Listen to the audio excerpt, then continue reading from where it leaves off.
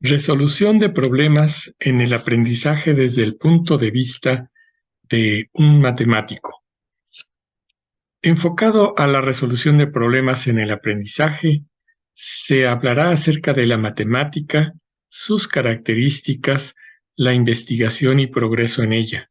Como ejemplo del surgimiento de una teoría matemática, se presenta la K-teoría algebraica y los problemas que la originaron.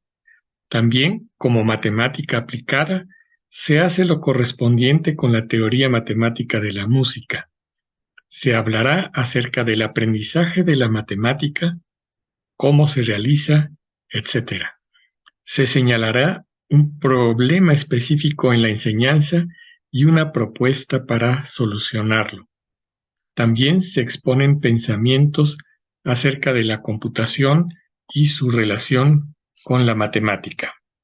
Este es el texto correspondiente a la conferencia plenaria para el segundo Seminario Nacional sobre Resolución de Problemas y Aprendizaje de las Matemáticas, llevado a cabo en el Centro de Investigación en Matemáticas de la Universidad Autónoma del Estado de Hidalgo, México, en diciembre de 2008. En esta conferencia hablaré acerca de la resolución de problemas, así como de los problemas en el aprendizaje. Para comenzar, deseo exponerles el punto de vista de un matemático acerca de los distintos tipos de problemas en la matemática y así tener una perspectiva. En particular, les platicaré de los problemas que han dado lugar a una rama de la matemática, a la cual me he dedicado por muchos años. Efectivamente, problemas que dan lugar a una teoría matemática que ha sido una de las ramas duras de la misma y donde las medallas Fields han caído desde hace medio siglo. El esquema sería ejemplos de problemas, teoría matemática, ejemplo de teoría matemática, distintos tipos de problemas, problemas de aplicación, matemática aplicada, ejemplo de matemática aplicada, aprendizaje de la matemática y matemática y computación. Voy a entretejer varios temas a la vez que irán tratando las dos interpretaciones del título para esta conferencia, los cuales juntaremos posteriormente. He procurado, salvo en algunos casos específicos, describir con palabras comunes, algo muy difícil para los matemáticos, algunos de los temas con el fin de ofrecerles un aspecto panorámico acerca de ellos. Algunas de las ideas expresadas en esta conferencia son mías y otras provienen en particular del gran matemático Michael Atiyah. Les comento que desde mis años de estudio profesional y de posgrado he leído sus artículos de divulgación, las entrevistas que le han realizado, he escuchado sus conferencias, he estudiado sus textos y artículos de investigación, en particular los de K-teoría. Sin duda es no solamente uno de los más destacados matemáticos de la segunda mitad del siglo XX, sino también uno de los pensadores más acertados de la matemática misma.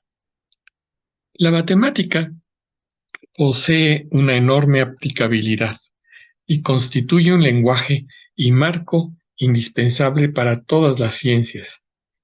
Esta es una de las razones por la cual no solamente unos cuantos individuos dedican su vida a ella, sino que es materia de estudio en el sistema educativo y parte de la escena social. Sin duda, la investigación matemática es la disciplina científica más alejada del hombre de la calle, quien no posee absolutamente ninguna idea acerca de ella. Generalmente identifica a la matemática con las ideas que difícilmente pudo absorber, a menudo sin éxito, en la escuela primaria o secundaria. La matemática, o lo que cree que es, le parece fría y cruda, sin vida, incluso habla de la frialdad de los números. difícilmente se imagina que la matemática fue creada en el pasado y sigue creándose en el presente por algunos humanos. Le es muy difícil comprender el hecho de que sea una disciplina intelectual abstracta y que posea una existencia independiente y floreciente. La matemática posee varias características que la hacen diferir de otras disciplinas. La primera es que es muy difícil escribir o definir su materia de estudio. Es claro cuál es la materia de estudio de algunas áreas de la astronomía o de la biología, pero no de la teoría algebraica. Esto se debe fundamentalmente a que los objetos de estudio son conceptos definidos de manera abstracta, los cuales a menudo van encadenados a otros conceptos previamente definidos. Su descripción se reduce a definiciones formales que requieren de conexiones neuronales, las cuales requieren de cierto tiempo para realizarse. Esto, aunado a una madurez matemática o entrenamiento matemático, le permite al ser humano asimilar una buena cantidad de ideas abstractas. Por ejemplo, trate usted de explicarle a su sobrinita preguntona ¿qué es la adición? ¿O de qué se trata la geometría analítica? ¿O qué es un anillo? Requerirá de muchas explicaciones intuitivas, establecer definiciones formales y tiempo, mucho tiempo. La segunda característica es que posee una lógica perfecta. La matemática de Euclides es tan válida hoy como en la época de Euclides. Esto contrasta con otras teorías, como la de la Tierra plana, o la del flogisto, o la del éter. Recuérdese que 300 años antes de Cristo, Euclides estableció los fundamentos de la geometría. Su libro es el segundo libro más traducido y copiado después de la Biblia, y todavía se enseña en nuestras escuelas primarias.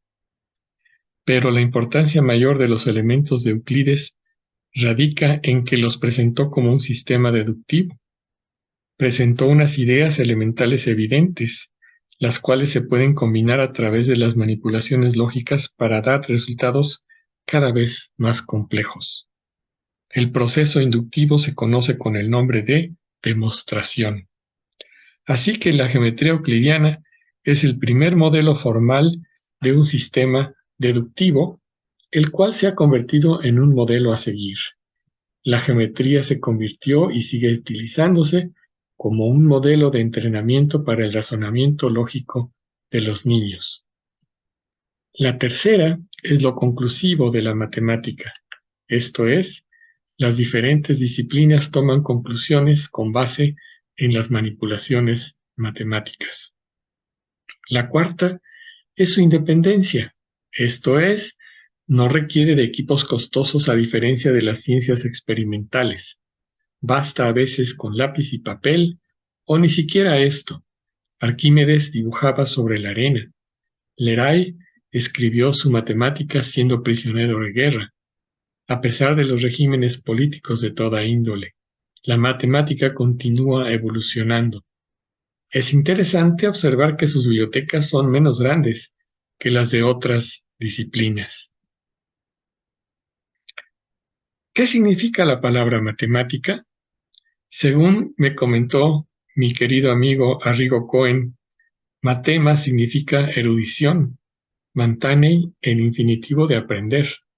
El radical met significa en pasivo ciencia, saber. Luego, es lo relativo al aprendizaje, así que en sentido implícito, matemática significa lo digno de ser aprendido. No existe una definición de lo que es la matemática. Sin embargo, se dice que es una colección de ideas y técnicas que pueden servir para resolver problemas y que provienen de cualquier disciplina, incluyendo a la matemática misma. Recuerden el famoso último teorema de Fermat, problema muy fácil de enunciar y de entender hasta por el hombre de la calle, el cual sucede al de la ecuación pitagórica x cuadrada más y cuadrada igual a z cuadrada, que dice que la ecuación x a la n más y a la n igual a z a la n nunca tiene soluciones enteras positivas para cualquier entero positivo n mayor que 2. Excepto para n igual a 2, estas ecuaciones no tienen una interpretación geométrica. Aparentemente este problema no pareciera tener mucha importancia. Sin embargo, ha tenido una influencia enorme en el desarrollo de la matemática. Fermat dijo que tenía una demostración, pero que no tenía espacio para escribirla. Por más de 300 años, este problema aparentemente sencillo ha sido el motivo de grandes esfuerzos de muchos matemáticos. Y es precisamente de estos esfuerzos que se han creado nuevas técnicas y conceptos, los cuales tienen influencia en muchas áreas de la matemática. El problema de los 4 colores afirma que solamente se requieren 4 colores para iluminar o colorear cualquier mapa del globo terrestre, con la condición de que 2 países adyacentes deban tener colores diferentes. La solución positiva, más de 100 años después, fue obtenida mediante el uso de la computadora, teniendo un impacto muy pequeño en la matemática. Fue el primer problema no trivial solucionado por la computadora.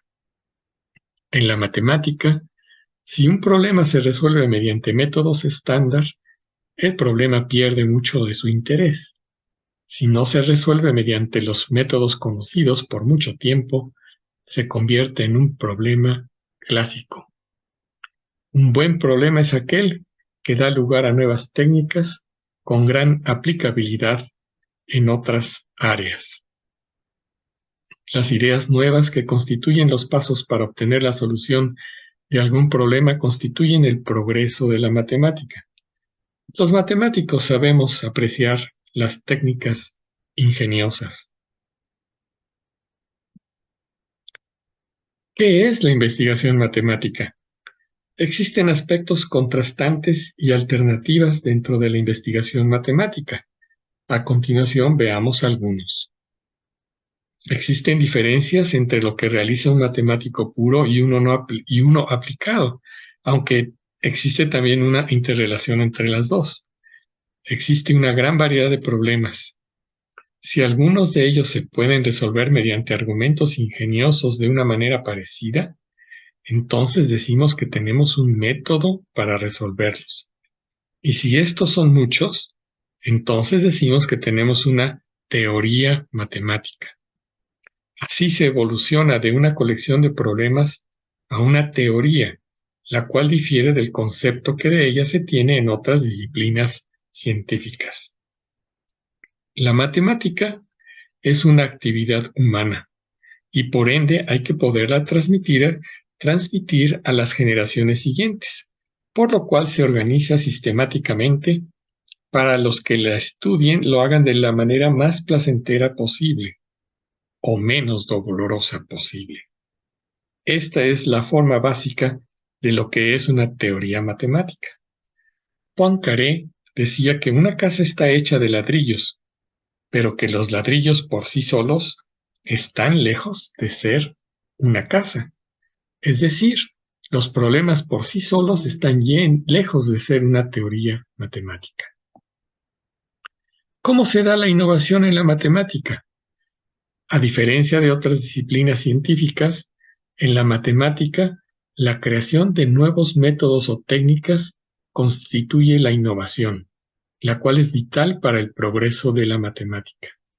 No se requiere del descubrimiento de antiguos documentos manuscritos, ni del trabajo experimental o de la introducción de nueva tecnología.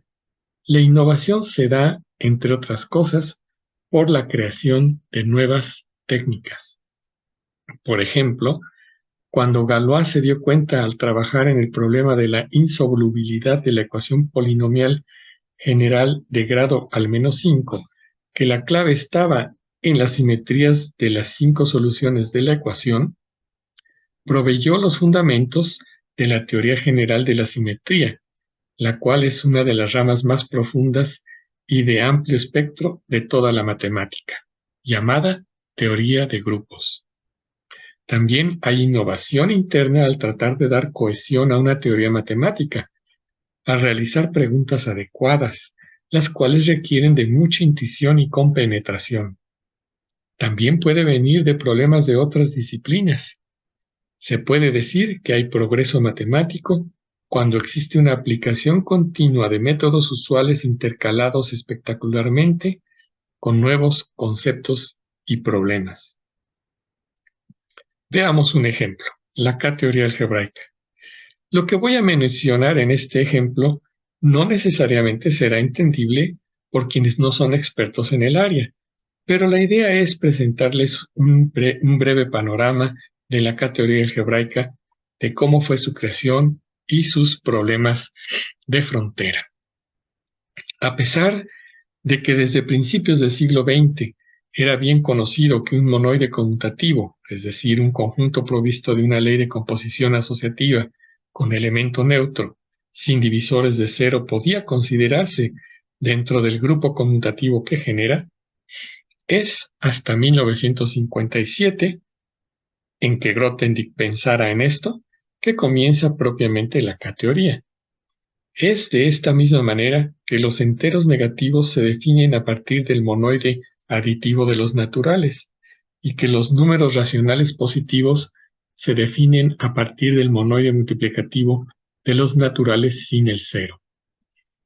La idea de Grothendieck fue la de asociarle a un monoide conmutativo M un grupo conmutativo K de M, único, salvo isomorfismo, y un homomorfismo canónico definido de monoides, phi de M en K de M, tal que para cualquier grupo conmutativo G, cualquier homomorfismo de monoides F de M en G se factoriza en forma única, como lo están viendo en la pantalla, F de M en K de M en G. El grupo de Grothendieck apareció publicado por vez primera en 1958, en un artículo de Borel y Serre. Aparte de su uso en el teorema de Riemann-Roch, una de las aplicaciones más conocidas de la construcción de Grothendieck la realizaron en 1959 Atiyah y Hirzebruch. Aplicaron la construcción al monoide aditivo de las clases de isomorfismo de haces vectoriales complejos con espacio base un CW complejo X. El grupo de Grothendieck lo denotaron K0 de X. Definieron K menos n de X utilizando la suspensión de X para n mayor o igual que 1. La periodicidad de Bott muestra que Kn de X es isomorfo a Kn más 2 de X y fue utilizada para definir Kn de X para n entero.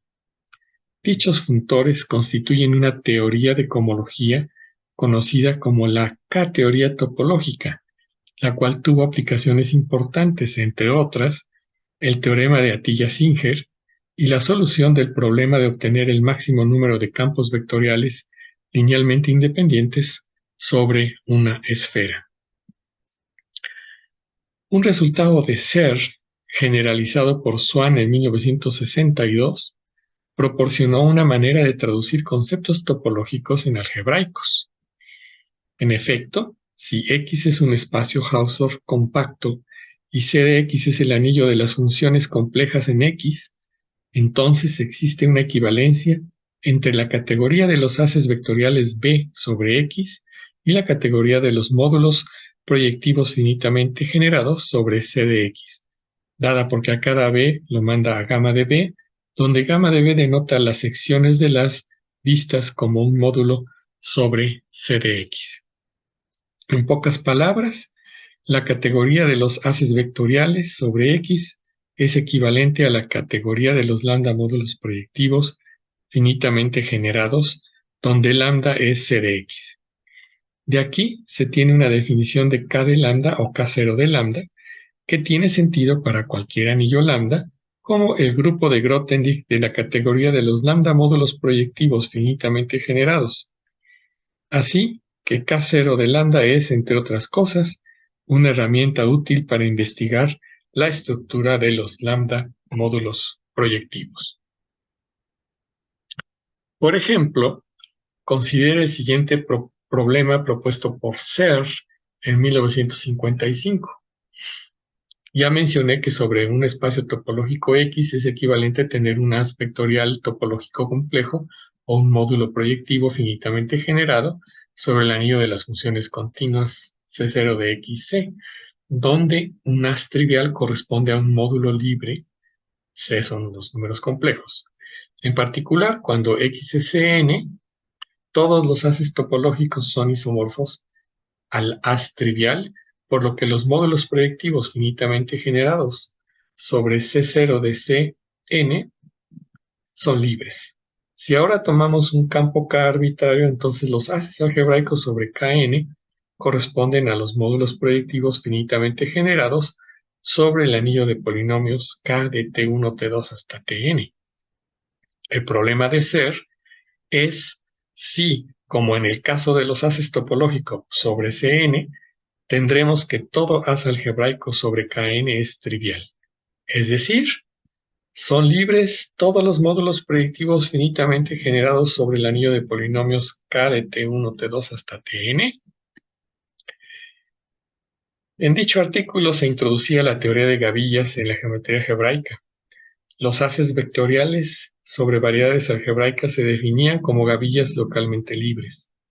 Los haces triviales correspondían a gavillas libres. El espacio afín ANK sobre un campo K es el espectro primo, spec de K de T1 hasta Tn, y al ser este un esquema afín sobre el anillo spec de K1 hasta T1 hasta Tn, las gavillas localmente libres están dadas por módulos proyectivos finitamente generados sobre spec de K de T1 hasta Tn. Así, los módulos finitamente generados sobre spec de K de T1 hasta Tn corresponden a haces vectoriales sobre ANK. Entonces, el problema de Serre se leía así: ¿es trivial todo A sobre ANK? Detrás de esto estaba la idea de que el espacio afín ANK debería comportarse como un espacio contráctil en topología, y por lo tanto debería tener únicamente haces triviales sobre él. Escrita de otra manera, la conjetura de Serre diría: ¿son libres los módulos proyectivos finitamente generados sobre el anillo de polinomios K de T1 hasta Tn? Invito a ustedes a tomar un paseo por la literatura correspondiente para apreciar los bellos paisajes matemáticos que llevaron a probar esta conjetura, finalmente, 20 años después, independientemente por Quillen y Suslin. Los intentos por resolver la conjetura de Serre en los años 60 del siglo pasado dieron lugar al nacimiento de otra área, la K-teoría algebraica. Una de las metas de la K-teoría algebraica fue la de proporcionar técnicas e ideas para atacar el problema de Serre. A pesar de que la solución final de la conjetura en forma afirmativa no dependió de la K-teoría algebraica, no disminuye para nada la gran influencia que tuvo en el enorme desarrollo que ha alcanzado con mayor relevancia que la esperada. En 1964, Hyman Bass definió el funtor K1 utilizando el diccionario que relaciona conceptos algebraicos con topológicos. Resultó que dichos grupos eran los mismos que los introducidos por Whitehead. Así se tuvo que K1 de lambda es el grupo GL lambda módulo su conmutador, donde GL lambda denota el grupo lineal infinito. Por resultados de la homología de grupos, K1 de lambda es igual a la homología de GL lambda con coeficientes enteros, es decir, H1 de GL de lambda, Z. En 1950, Whitehead consideró el grupo K1 del anillo entero de G, donde ZG es lo que acabo de decir, el anillo entero de grupos fundamentales de G de complejos celulares, el cual poseía aplicaciones topológicas. Un resultado relacionado con esto es el teorema del S-cobordismo. Hubo varios resultados importantes en los años 60 teniendo el punto de vista de la K-teoría algebraica, entre muchos otros, la generación finita de K1 de ZG. y los resultados de estabilidad para la solución del problema del subgrupo congruente en 1967 por Bas, Milnor, Serre. Para SLN, con lambda el anillo de enteros en un campo numérico. Este último sentó las bases para un tema aritmético en la K-teoría algebraica, el cual se ha convertido en uno de sus más importantes aspectos. Durante los últimos años de la década de los 60, uno de los problemas más importantes era el de definir funtores Kn de lambda para n en Z. Este problema estuvo sugerido por analogía con la K-teoría topológica. En 1969, Milnor definió K2 de lambda. Considérese el grupo elemental infinito E lambda, generado por las matrices elementales E y J lambda, entre las cuales valen ciertas relaciones. Milnor define el grupo de Steinberg St de lambda como un grupo con generadores X y J de lambda sujetos a estas relaciones y define K2 de lambda como el núcleo del epimorfismo de St de lambda en E lambda. Kerber en 1970 prueba que St de lambda resulta ser la extensión central universal de E lambda y por lo tanto K2 de lambda puede describirse como el multiplicador de Schur del grupo perfecto E lambda.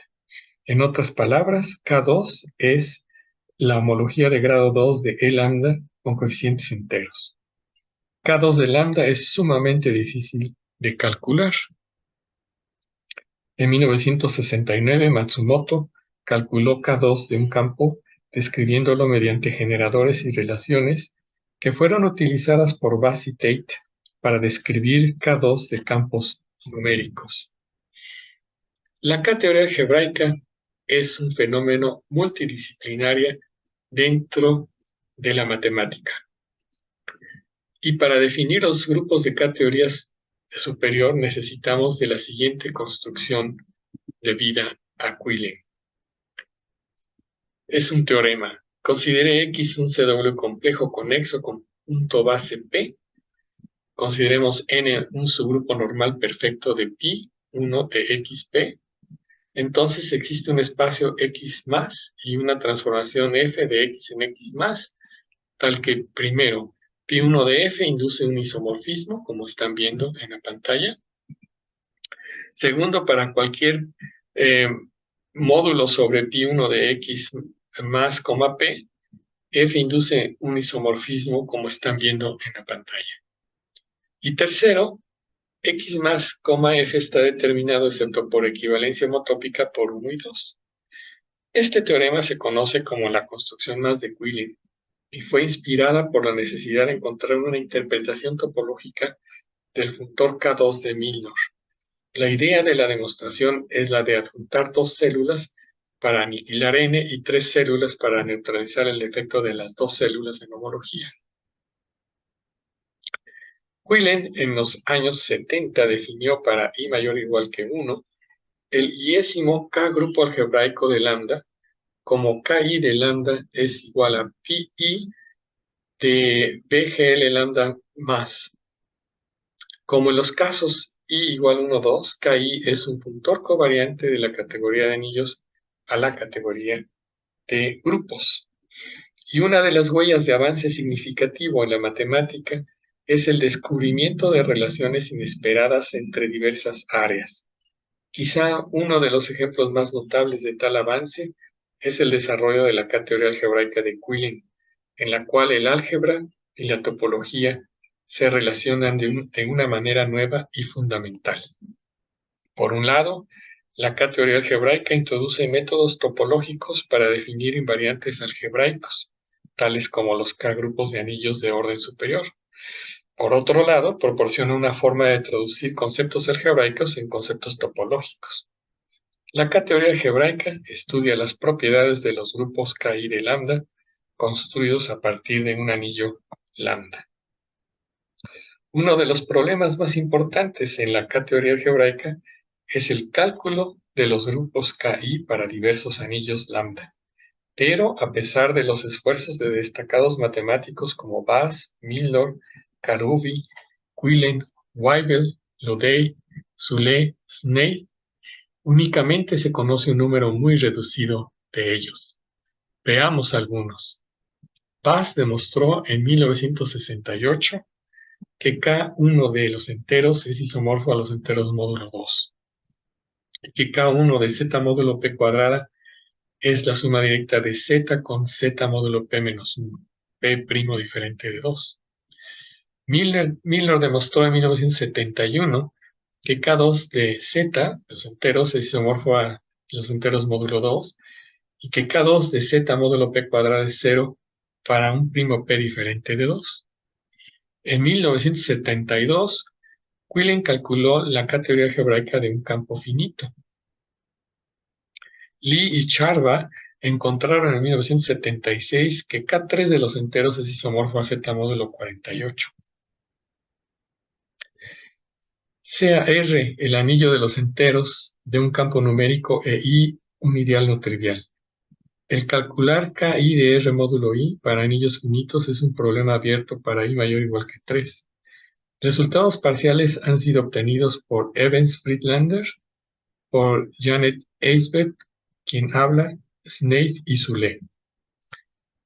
En mi memoria de la American Mathematical Society, junto con otros artículos míos, aparecen calculados K3 de los números duales y de los enteros módulo n.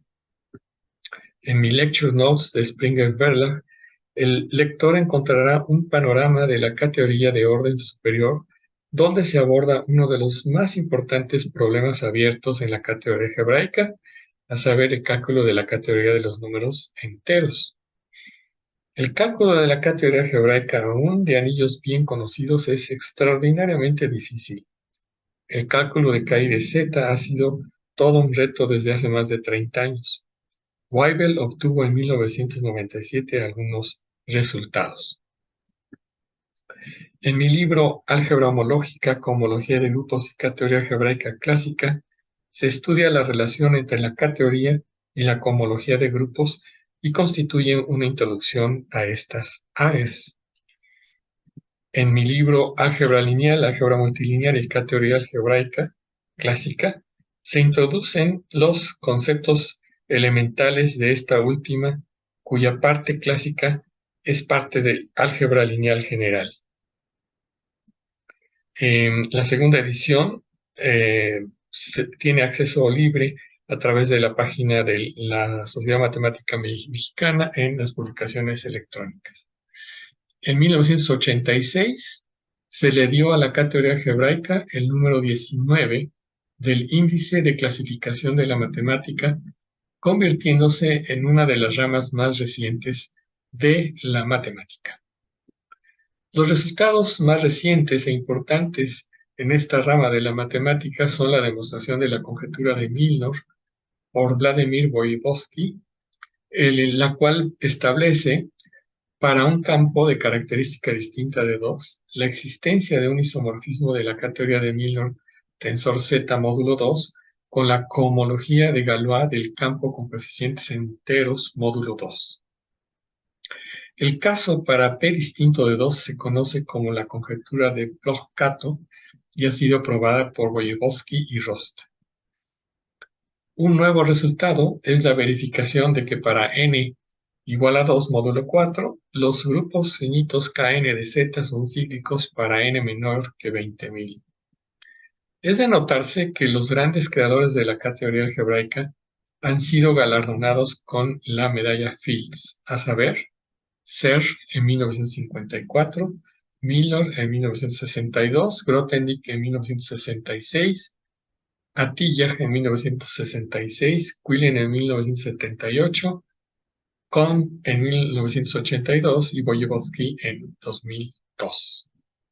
Para quien esté interesado en la K-teoría algebraica, les comento que para adentrarse en ella, además de estudiar el material de mis textos anteriormente mencionados, hay que realizar estudios en teoría de homotopía, topología algebraica, teoría de categorías y geometría algebraica, entre otros. Como lo he expresado en múltiples ocasiones, la matemática es una bella arte y una ciencia. Para los matemáticos, la belleza y la verdad tienen igual estima. Tenemos mucho aprecio por un argumento hermoso, esto es, un argumento que conlleva elegancia en el estilo, economía de esfuerzo, claridad de pensamiento, perfección en el detalle y en la forma de acertar una deducción contundente y convincentemente. Los matemáticos nos dedicamos a una área u otra, dependiendo de qué tan bella nos parece una relación con otra. Buscamos métodos elegantes y evitamos argumentos feos. ¿Qué características estéticas tiene la matemática? Hay varias características. La universalidad en el sentido de que casi cualquier rama del conocimiento posee aspectos que se pueden analizar matemáticamente. El desarrollo de argumentos simples y concisos es absolutamente indispensable para el progreso de la matemática. La selección y formulación de problemas son un arte que depende de la intuición del matemático. Aquí los aspectos estéticos juegan un papel muy importante. Poincaré escribe a principios del siglo XX que una demostración matemática no es una simple yuxtaposición de silogismos, sino silogismos colocados con cierto orden, y que el orden en que son colocados es mucho más importante que los silogismos por sí solos. Comenta que no tiene miedo de que alguno de estos se le olvide, pues cada uno de ellos tomará su lugar en el arreglo sin el menor esfuerzo. También describe el proceso de creación. Primero, se realiza un trabajo consciente acerca del problema. Después se deja madurar esas ideas en el subconsciente. Luego aparece la solución y quizás cuando menos se espera, esta aparece. Y finalmente esta se escribe. A manera de broma pareciera ser que Poincaré creaba matemática al subirse o bajarse de un tranvía. Adamar recomendaba tomarse 2 baños de agua caliente para estimular la investigación matemática. Muchos matemáticos beben café, transformándolo en teoremas. También he escuchado que la matemática se hace caminando, es decir, cuando se dejan las ideas en el inconsciente, entre comillas, y de repente ocurre una feliz idea, la cual es quizá una serie de conexiones neuronales que tienen lugar en el tiempo, las cuales se logra mejor cuando no interviene un acto consciente demasiado fuerte que las impida.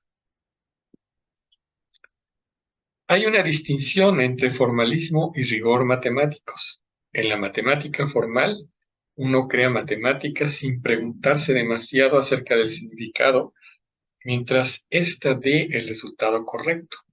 Uno sigue adelante sin preocuparse demasiado por el rigor matemático, esperando que en el futuro éste sea provisto. La matemática, hay que insistirlo para no perderlo de vista, es esencialmente una actividad humana y nuestra meta no solamente es inventarla, sino transmitirla. Así, el rigor matemático debe existir. Si no se tienen bases sólidas, cualquier construcción basada en ellas podría caer. Existen matemáticos que se especializan lo más profundamente posible en un área o campo, y otros que adquieren una gran cultura matemática, tan amplia como sea posible. Los dos tipos de matemáticos son necesarios. Sin embargo, muchos recomendamos a los jóvenes que comiencen por obtener una cultura matemática lo más amplia posible y luego sumergirse en un tema. Esto es debido a que la esencia de la matemática es la de juntar campos aparentemente disímiles. Después de todo, la matemática es el grado máximo de abstracción, el cual tiene aplicación en toda disciplina que se precie de llamar ciencia. ¿Cómo trabajan los matemáticos? Existen matemáticos que trabajan individualmente y otros que lo hacen en un pequeño o gran grupo. Es muy difícil el trabajar solo. A menudo Uno solo no ve una trivialidad que lo detiene por mucho tiempo y la cual es resuelta inmediatamente por un colega dentro del grupo. Pero a veces sucede al revés. No siempre tres cabezas piensan más que uno. A veces la interacción con colegas enriquece tanto a la matemática como a los matemáticos, y se encuentran esas interrelaciones de las cuales hablaba anteriormente entre áreas aparentemente disímiles. A veces la colaboración entre matemáticos es enriquecedora y hace de la investigación matemática, la cual es muy ardua o difícil, una experiencia más humana y social, aunque a veces esto no se puede por no haber colegas de la misma especialidad cerca o por características de personalidad de cada matemático. El trabajar en grupo no exime del arduo trabajo individual de meditar o pensar en la matemática. ¿Cuáles opciones de áreas tienen los jóvenes matemáticos? Para los jóvenes que ingresan al apasionante mundo de la creación matemática, existen dos posibilidades.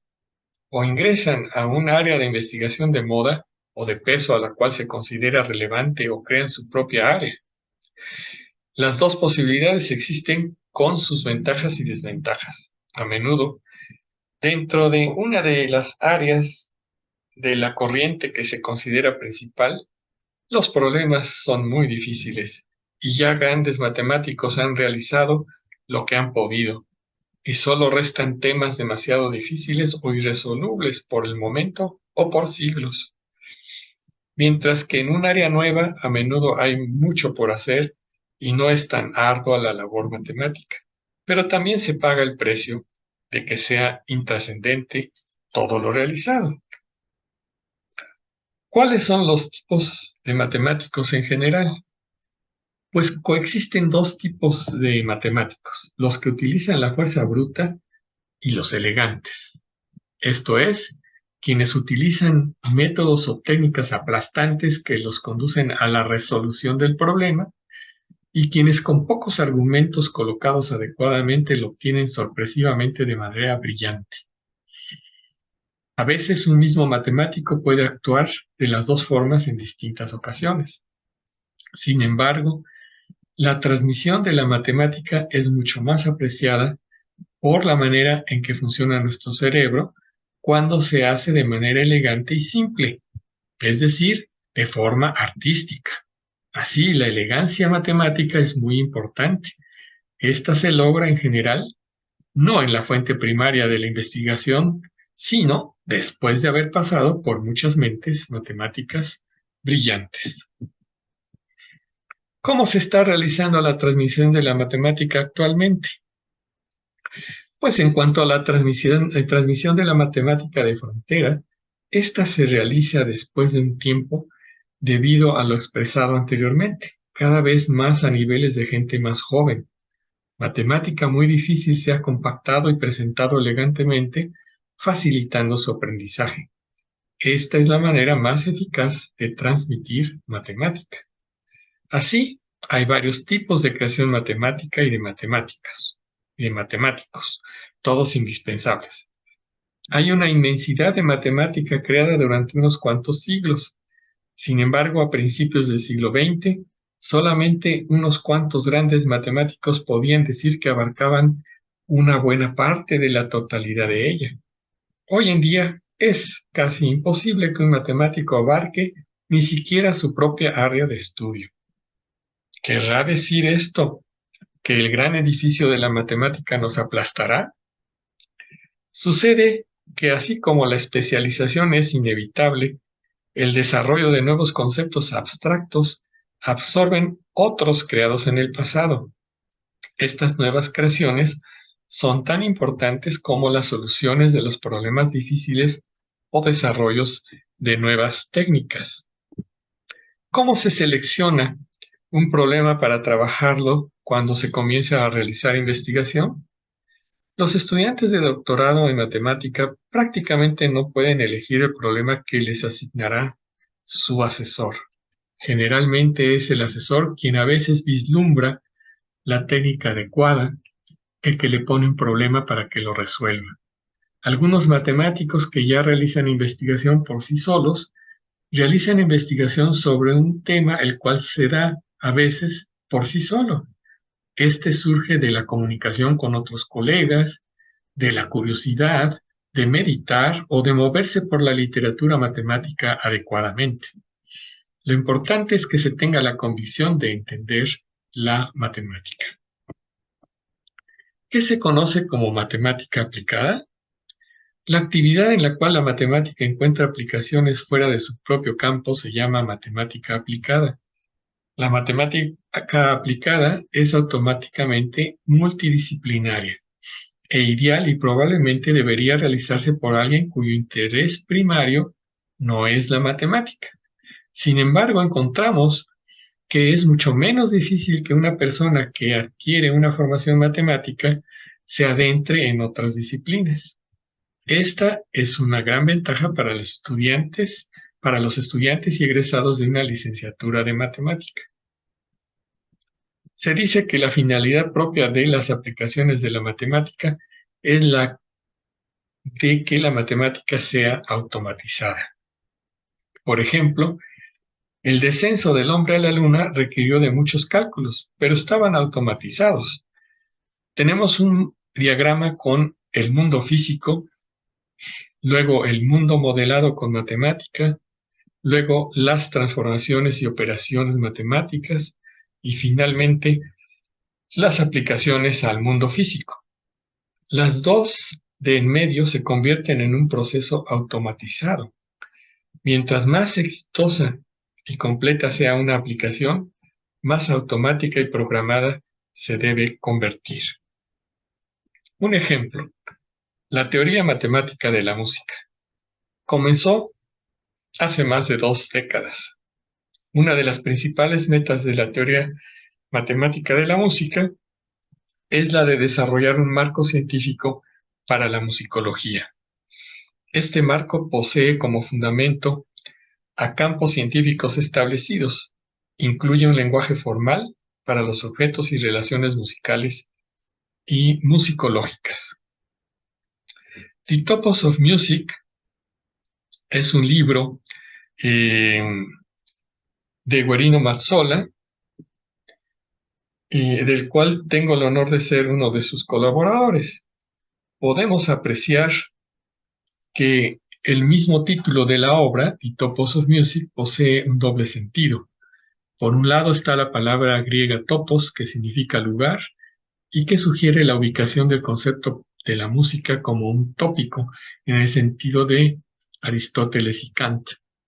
Por otro lado, se hace referencia a la teoría matemática topos, que sirve para reflejar el sistema de signos musicales, esto es, la música en su faceta de un sistema abstracto cuya estructura puede permanecer escondida sin un marco adecuado de comprensión. Este doble significado expresa, de hecho, la intención de unificar una profundización filosófica con la precisión de la matemática en torno a la musicología. La música está enraizada con realidades físicas, psicológicas y semióticas, pero la descripción formal de las instancias musicales corresponde al formalismo matemático. La teoría matemática de la música está basada en las teorías de módulos y categorías, en la topología algebraica y combinatoria, en la geometría algebraica, en la teoría de representaciones. Su propósito es el de describir las estructuras musicales. La filosofía detrás de ella es la de comprender los aspectos de la música que están sujetos al raciocinio de la misma manera en que la física puede hacerlo de los fenómenos propios del trabajo científico.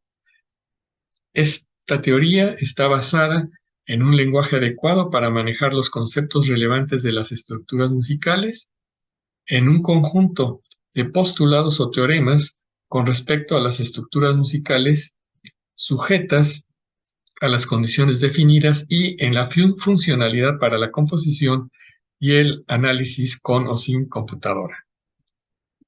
Guerino Mazzola, ya en su artículo Status Quo 2000, el cual hemos apreciado mucho que fuese presentado en México durante una exposición plenaria espléndida en Saltillo, explicó por qué el acercamiento mediante su modelo teórico geométrico de los años 80 evolucionó a un marco que es apropiado para muchos problemas musicales.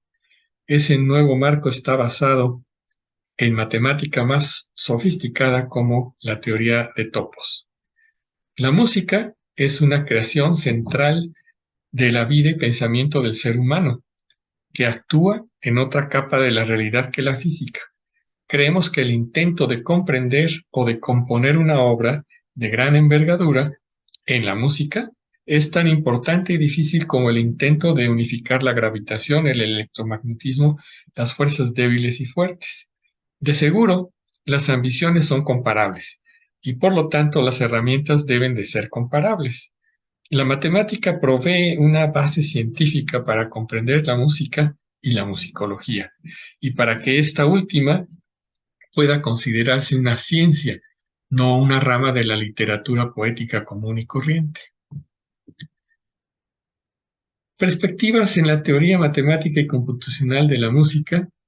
En este libro lo editamos Guerino Mazzola, Tomás Noll y quien habla, y está publicado en 3 versiones, y la versión en línea es gratuita, la de papel y la de CD se pueden solicitar, y se pueden consultar gratuitamente en la dirección electrónica que están viendo ustedes en pantalla.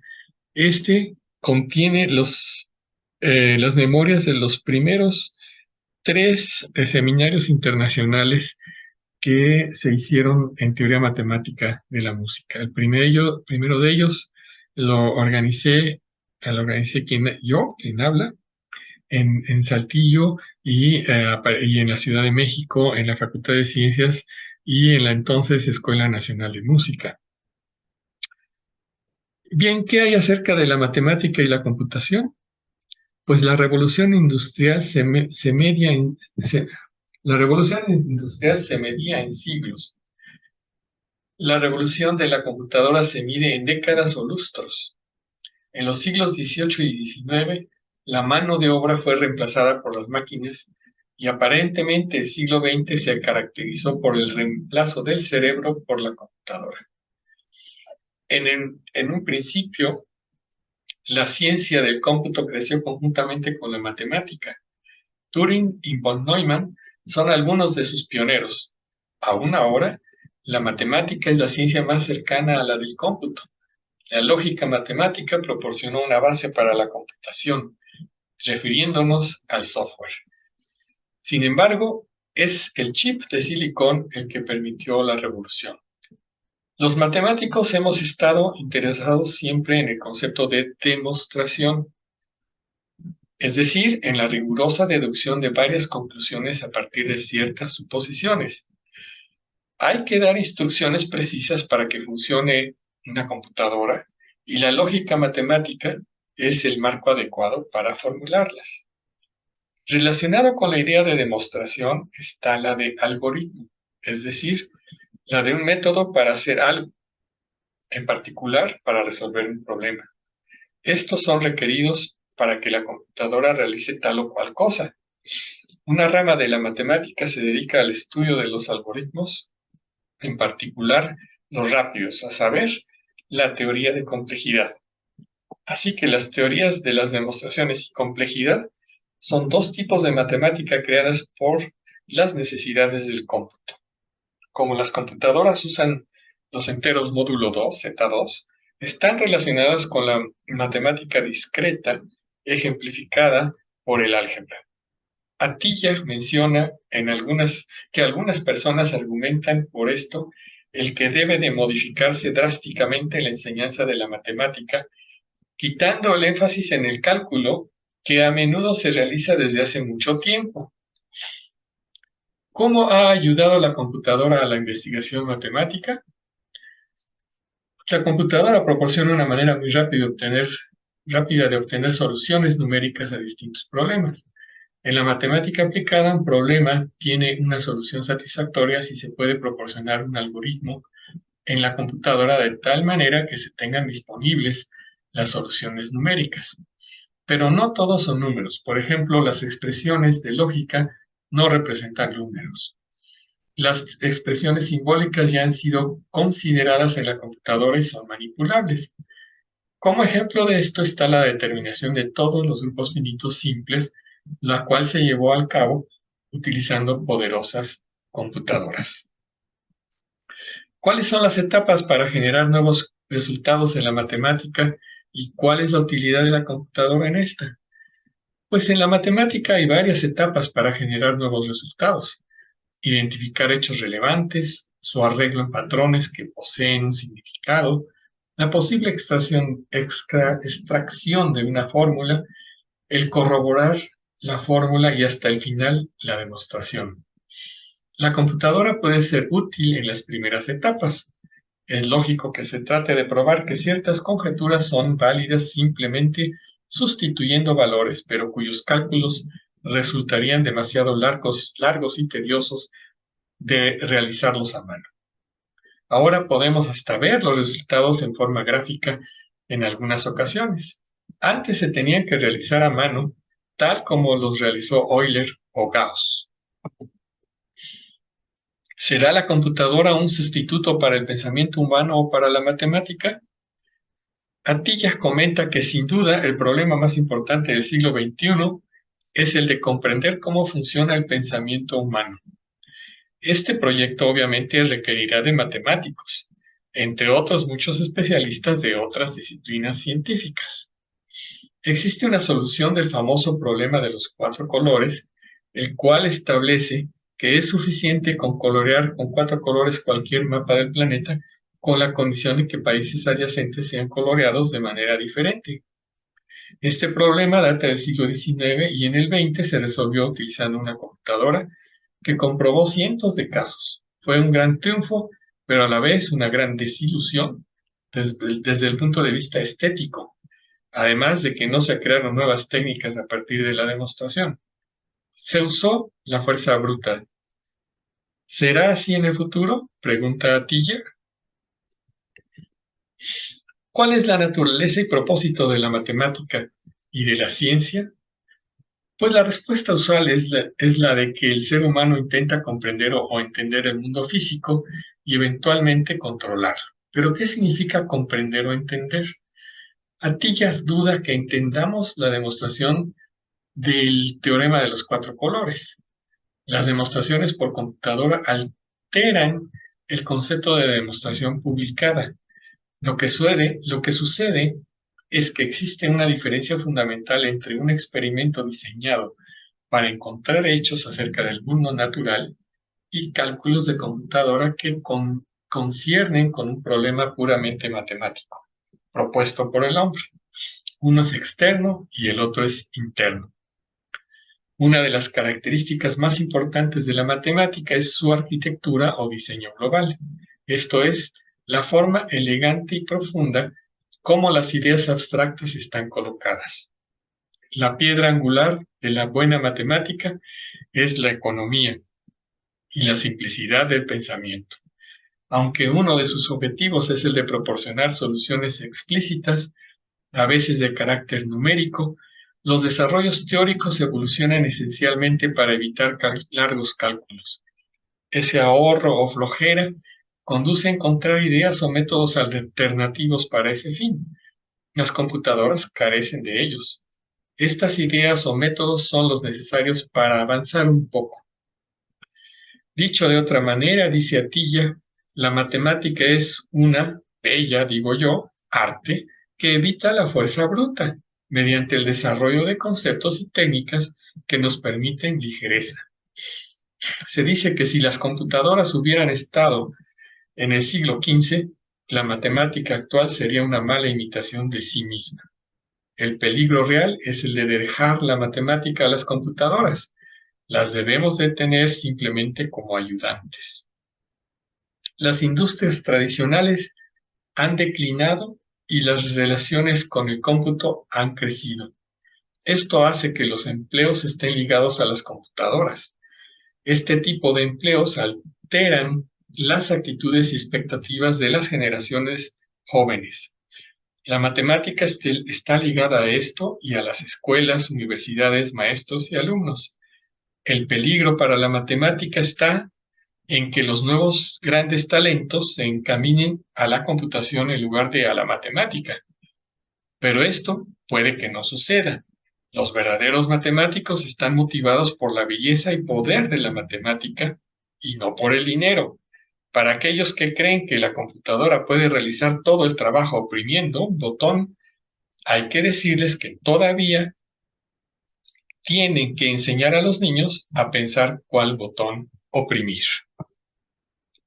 Y acerca del aprendizaje de la matemática, desde mi punto de vista, qué bien que se está preocupado por la actualización de los maestros, por tener mejores programas de estudio, mejores textos y métodos pedagógicos.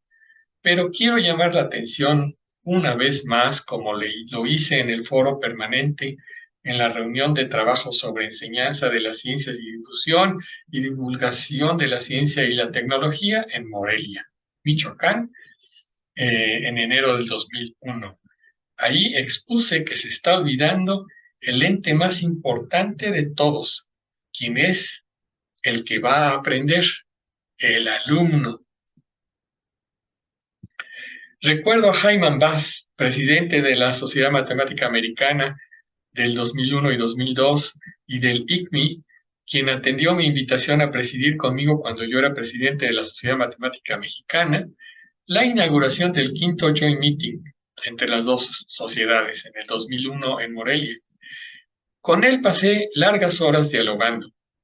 Le expuse acerca de la importancia de poner atención a quien está del otro lado del salón, el alumno. Bueno, recuerden ustedes que mencioné a Bass como un matemático que trabajó en categoría algebraica, de manera que comulgamos juntos en el camino del bien. Conversaba con él en ese entonces acerca de que aun cuando se tuviera como profesor en un aula a un premio Abel o uno Fields, se tuviera el mejor programa y el mejor libro de texto, si el alumno de primaria, secundaria, preparatoria o licenciatura no desea estudiar o aprender, de nada sirve el profesor, el programa y el libro de texto. Les cuento que de esta conversación, entre otras muchas que tuvimos, él y yo, pues vio que en la Sociedad Matemática Mexicana éramos muy buenos para organizar reuniones como el quinto Joint Meeting.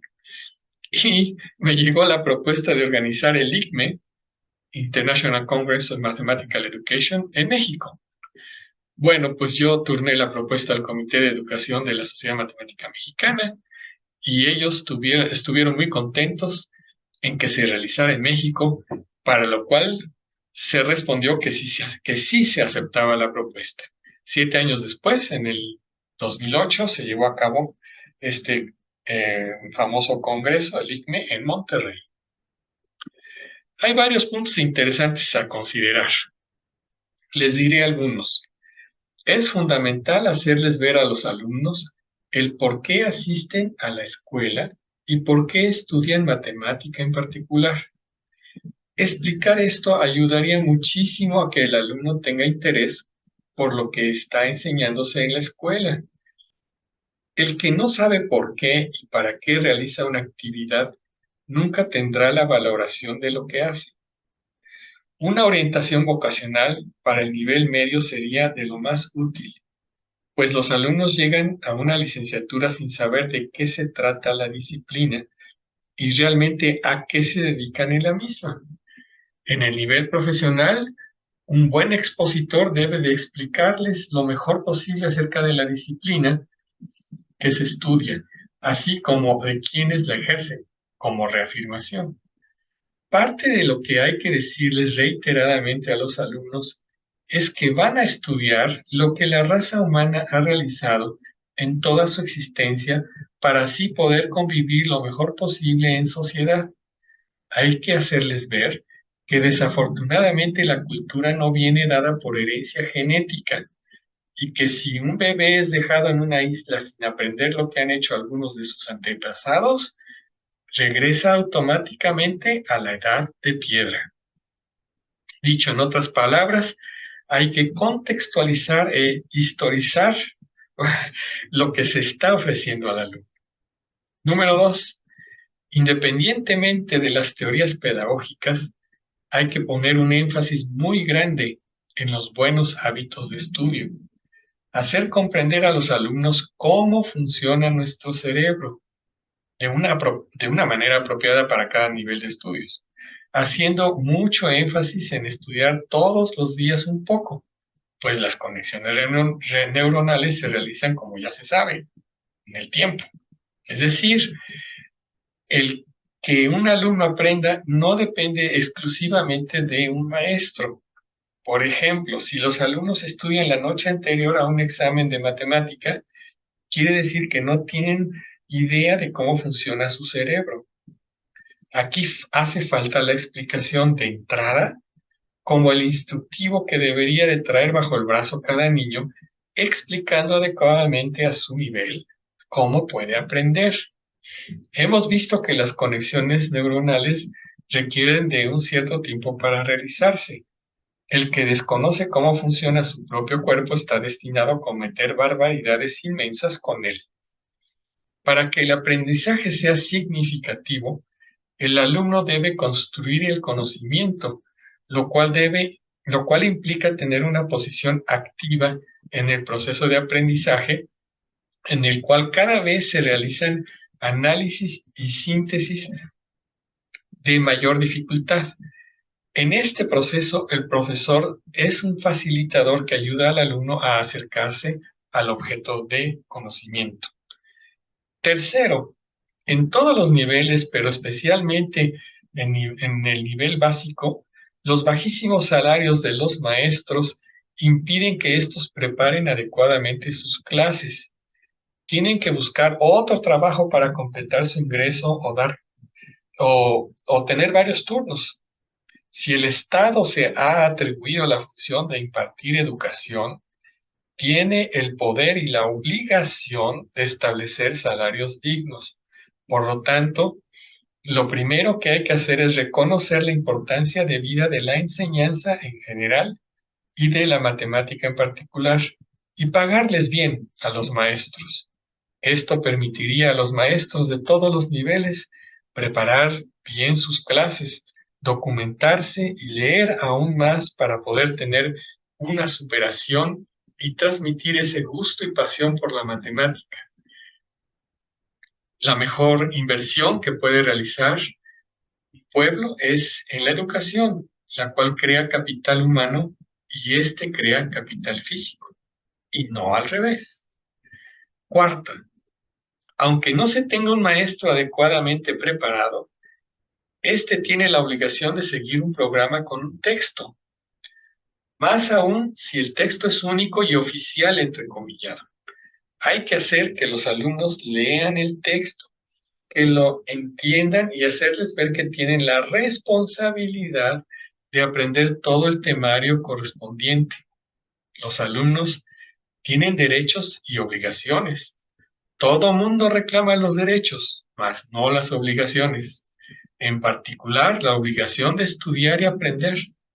Hay alumnos quienes vean esto como una obligación y otros como la gran oportunidad de disfrutar del conocimiento que ha creado el ser humano. Pecados por el pueblo que paga impuestos y por sus padres que les dan de comer. Es claro que todo lo anterior es deseable, pero sin una buena alimentación, un medio familiar sano, etcétera, etcétera, los niños o jóvenes no podrán, aunque todo estuviera excelente, tener éxito en sus estudios. En resumen, si consideramos al alumno como un objeto inerte, receptáculo de los conocimientos que vierte el profesor, el único responsable del proceso de enseñanza-aprendizaje sería este último. Pero si consideramos al alumno como un sujeto activo que construye su relación con el objeto de conocimiento ayudado por el profesor, entonces ambos tienen responsabilidad en el proceso. La del profesor sería facilitar el proceso de enseñanza-aprendizaje y la del alumno comportarse en forma activa, realizar análisis y síntesis sucesivos que le permitan construir su conocimiento. He mencionado que la matemática es esencialmente una actividad humana y nuestra meta no solamente es invertirla, sino transmitirla. Para mí, la enseñanza ideal debería ser 1 a 1, es decir, un profesor y un solo alumno. Dirigir al estudiante personalmente como si se tratara de una clase individual de un instrumento musical. El equivalente para un estudiante de un instrumento el equivalente para un estudiante de un instrumento musical del método estándar actual es como si llegara el profesor, tocara ese instrumento, la obra X de algún compositor, y luego les dijera a sus alumnos que la semana próxima tienen el examen donde deben de tocarla como el profesor. Pero en un sistema donde hay muchísimos estudiantes y pocos profesores, no hay de otra más que la educación masiva y sálvese quien pueda. A pesar de esto, hay que hacer lo más que se pueda para que los alumnos tengan éxito en este fascinante periodo de su vida. Para mí, lo ideal sería imitar todas las características que se tienen en la enseñanza de un instrumento musical en lo posible. Es formativa, informativa, enriquecedora, placentera y un largo etcétera. Y bien, ¿qué hay de la resolución de problemas? Hemos visto que cierto tipo de problemas dan lugar a ramas de la matemática. Hemos visto que hay problemas muy fáciles de enunciar y de entender hasta por el hombre de la calle. Que hay problemas aparentemente sencillos, los cuales han sido el motivo de grandes esfuerzos de muchos matemáticos, y es precisamente de estos esfuerzos que se han creado nuevas técnicas y conceptos, los cuales tienen influencia en muchas áreas de la matemática. También hemos visto que un buen problema es aquel que da lugar a nuevas técnicas con gran aplicabilidad en otras áreas, y que las ideas nuevas que constituyen los pasos para obtener la solución de algún problema constituyen el progreso de la matemática. Existe una gran variedad de problemas. Si algunos de ellos se pueden resolver mediante argumentos ingeniosos de una manera parecida, entonces decimos que tenemos un método para resolverlos. Y si estos son muchos, entonces decimos que tenemos una teoría matemática. Así se evoluciona, vuelvo a decir, de una colección de problemas a una teoría, la cual difiere, vuelvo a insistir, del concepto que de ella se tiene en otras disciplinas científicas. A diferencia de otras disciplinas científicas, en la matemática la creación de nuevos métodos o técnicas constituye la innovación, la cual es vital para el progreso de la matemática.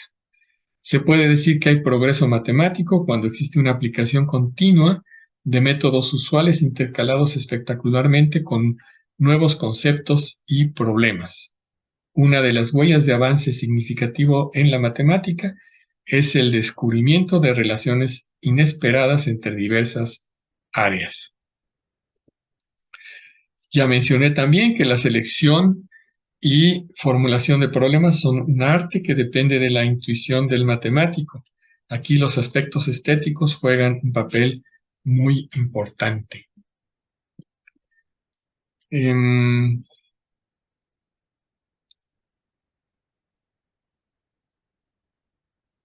¿Qué ha sucedido? ¿Qué ha sucedido en la matemática de los siglos anteriores? Atiyah menciona que los siglos XVIII y XIX podría llamárseles los de la matemática clásica. Al final del siglo XIX, Poincaré y Hilbert eran las figuras dominantes. Podrían considerarse discípulos de Newton y Leibniz, respectivamente. Poincaré pensaba más en términos geométricos o topológicos, y Hilbert más en el lado del formalismo y axiomatización. Poincaré, quien realizó trabajo pionero en la topología, predijo que ésta sería un ingrediente importante de la matemática del siglo XX. Algunos dicen que si se tuviera que nombrar de alguna manera al siglo XX, sería como el siglo de la topología. Mientras Hilbert propuso su famosa lista de problemas, los cuales no contenían los topológicos y no pudo predecir, según Atiyah, el alcance de la topología del siglo XX. La primera mitad del siglo XX la denomina la era de la especialización, donde la formalización tipo Hilbert y Bourbaki tienen lugar. La segunda mitad del siglo XX la denomina la era de la unificación, donde las áreas se traslapan y las técnicas se implementan entre ellas. Para el siglo XXI, Atiyah propone llamarlo el siglo de la matemática cuántica o de la dimensión infinita, entendiendo por esto el entender adecuadamente el análisis, la geometría, la topología y el álgebra de varios espacios de funciones no lineales, de tal manera que se obtengan demostraciones rigurosas de cosas hermosas que han estado especulando los físicos, entre otras importantes, como la geometría diferencial no conmutativa de Alan Kohn. ¿Cuáles paradigmas han sucedido en la matemática y en otras disciplinas, incluyendo la musicología? Guerino Mazzola menciona en su libro The Topos of Music 3 paradigmas mayores de la matemática y musicología que han ocurrido durante los 150 años que han sido paralelos en la evolución de ambas y la creciente presencia de la matemática en la música. Estas son las estructuras globales, las simetrías y la filosofía de Yoneda. La primera quiere decir, en palabras, que las estructuras localmente triviales se pueden juntar en configuraciones estéticas válidas si éstas se pegan de una manera no trivial. La física clásica concierne con los fenómenos locales y luego hay que estudiar el comportamiento físico en gran escala. La física concierne realmente con adivinar el futuro cuando se va de lo local a lo global. La segunda, las simetrías y los fractales, son utilizadas en la composición, aparecen también en la naturaleza y en la matemática juegan un papel crucial como en la física. En cuanto a la tercera, la filosofía de Yoneda, en palabras dice que para comprender un objeto, dé vueltas alrededor de él. Esto quiere decir entendimiento mediante el cambio de perspectivas. En matemática, este lema de Yoneda tiene importantes aplicaciones en el álgebra homológica, en la topología algebraica y la geometría algebraica, solamente para mencionar algunas. Dice que un objeto matemático puede clasificarse, salvo isomorfismo, por su funtor. En música, la partitura es solamente su primera vista, y junto con todas las interpretaciones constituyen su identidad. Qué maravilloso punto de vista para ambos, intérprete y audiencia. Deja de lado la estéril competencia fuera del arte y la ciencia como si estos fueran Juegos Olímpicos. ¿Qué se puede decir de la geometría y del álgebra? Atiyah tiene un bello punto de vista acerca de esto, que deseo compartirles. Menciona que ambas son pilares de la matemática, ambas muy antiguas.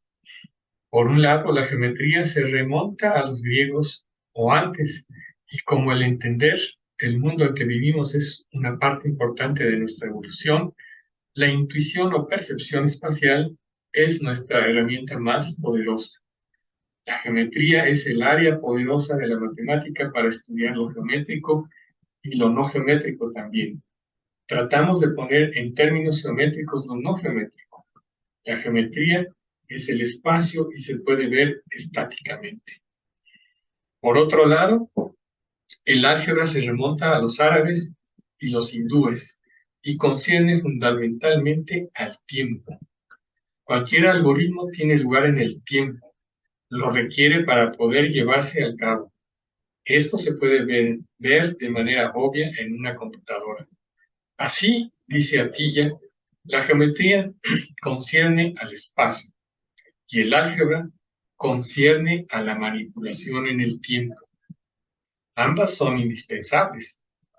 Piensen ustedes en la música, con sus estructuras, la cual transcurre en el tiempo y está situada en el espacio, eminentemente terrícola, puesto que un violín no suena en la luna. Si consideramos los universos creados por el hombre, tales como la matemática y la música, podremos ver que el universo interno de ellas no es menos complicado e incontrolable que la naturaleza externa. Una pieza de naturaleza incontrolable, dada su riqueza de creación tal como la increíble complejidad, a partir de un germen que implica procesos combinatorios, estrategias de interpretación, estratificación semiótica, etcétera, como el arte de la fuga de Bach, no es fundamentalmente diferente de una supernova en el espacio interestelar. Estamos actualmente viviendo un cambio tan radical en la musicología como el que se experimentó en la física hace 500 años. Es un momento maravilloso. Sir James Joseph Sylvester escribe en 1864: May not music be described as the mathematics of sense, mathematics as music of the reason, the soul of each the same? Es decir, ¿acaso no puede describirse la música como la matemática de lo sensible y la matemática como la música del entendimiento? El alma de cada uno la misma. Ambas se crean, se recrean, podemos apreciarlas y disfrutarlas. Una ventaja o desventaja, según se quiera ver, es que para la matemática no existe un instrumento musical donde tocarla. Esta se queda a nivel de partitura. Podría decir que va directamente de pensamiento a pensamiento. Para mí, la relación más importante entre la matemática y la música es que ambas son bellas artes. Poseen características similares. Están relacionadas en el sentido de que la matemática provee una base científica para comprender la música y la musicología, y para que esta última pueda considerarse una ciencia, no una rama de la literatura poética común y corriente. Para finalizar, vuelvo a expresar que la matemática es una de las bellas artes, la más pura de ellas, que tiene el don de ser la más precisa y la precisión de las ciencias.